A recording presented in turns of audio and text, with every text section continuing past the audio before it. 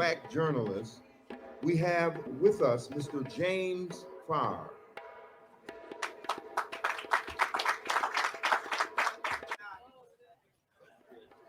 Okay. All right. You can have a seat. First of all, I want to thank Overseer Chapman and his wife. Thank you for the invitation. Um, all you dignitaries that are here. I'm not going to tell you anything about your city that you obviously don't already know, right? In fact, a month ago, I hadn't even thought about Buffalo, right? It had never crossed my mind. I thought of a cold place, right? I'm from California, it's warm. But then May 14th happened.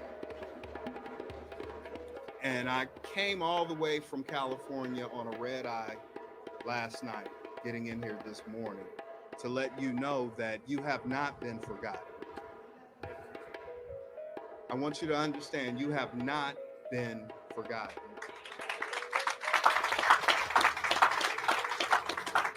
I was here 2 weeks ago, just about 10 days ago, with a group from Black Lives Matter. And I, as a journalist, I was afforded the opportunity to be embedded and tell their story. I came, and before I accepted this assignment, I wanted to know how this town was faring. I wanted to meet the people. I wanted to learn if what I was reading, and some of my colleagues over here in the media may not like this, if what I was reading that they were writing and reporting was accurate.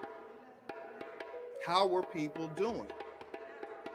And then I met a young lady by the name of Fragrance. Fragrance was an employee at the Tops Friendly Market on the 14th.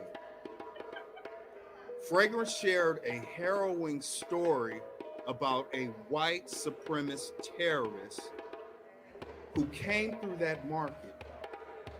She was faced with having to decide whether or not to go back to try to save her adult daughter. What if she were killed? Who would care for her two grandchildren? That story still shakes me.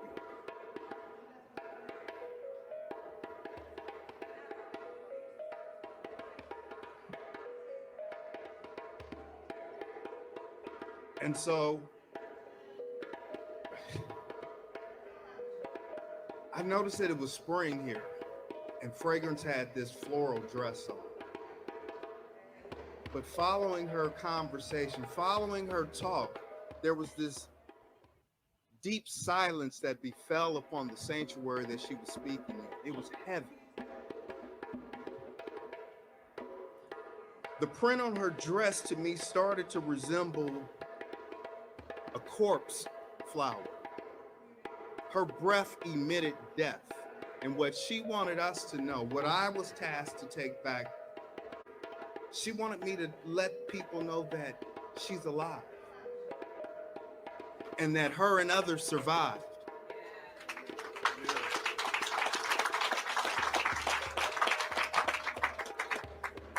And so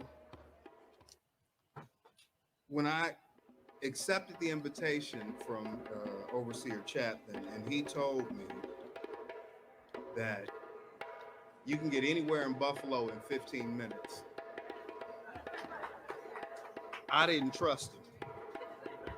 I didn't believe it. And then when Elder Bill picked me up,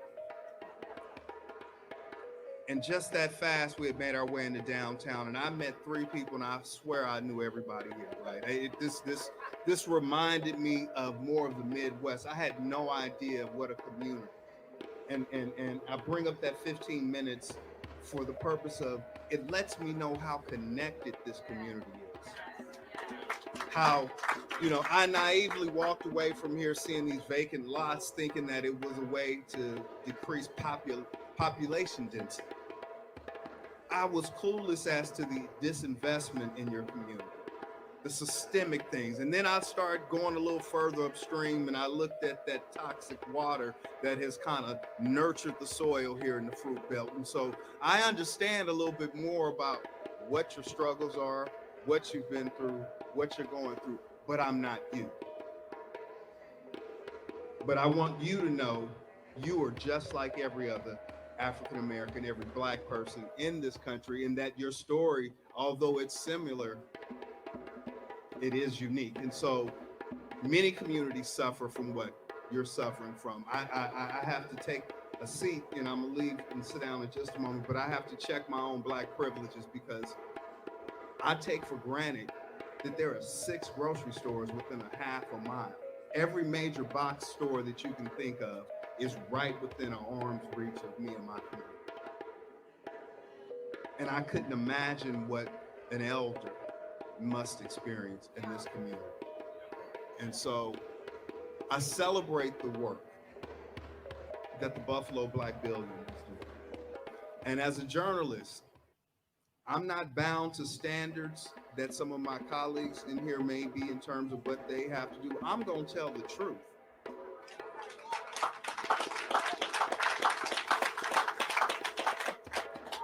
I left here last week with a charge, and there's the old African proverb that says, until the lion learns to speak, the hunter will always tell the story. I'm going to tell this story.